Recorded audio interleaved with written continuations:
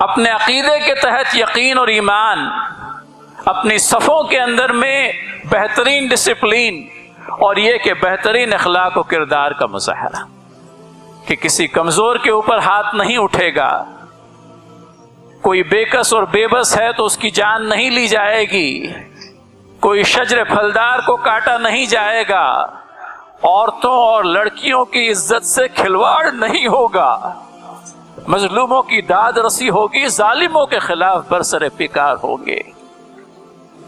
تو یہ بدر کا پیغام بھی ہے۔ تین چیزوں کو یاد رکھیے اور زندگیوں میں بدر کے حوالے سے ان تین چیزوں کو لانے کی کوشش کیجیے۔ ایمان غیر متزلزل، حالات کم زیادہ ہوتے رہتے ہیں، اس دنیا کے اندر میں ہمیشہ زندہ رہنے کا پروانہ نہ میں لے کر کے آیا ہوں، نہ دنیا کا کوئی اور فرد لے کر کے آیا ہے، وہ اللہ سے ملنے ہی والا ہے، اور سرخ روئی اور کامیابی کے ساتھ میں اللہ تعالیٰ سے ملے، یہ اس کے لیے جنت کا پروانہ ہے۔ تو ایمان غیر متزلزل اور ڈسپلین لائیے میرے نوجوان ساتھیوں، تم ڈسپلین لاؤ۔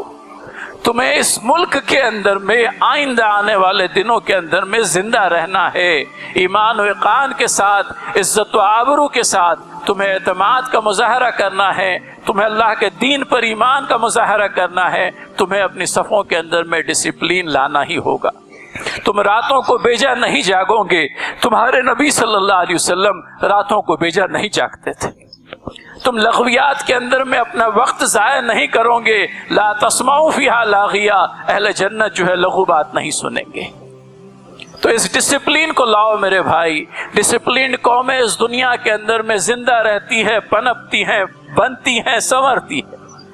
جو لوگ ڈسپلین نہیں رکھتے، جن کے اندر میں تنظیم نہیں ہوتی، جن کے اندر میں نظم و ضبط نہیں ہوتا، وہ زمین پر بہت زیادہ دیر تک باقی نہیں رہتے۔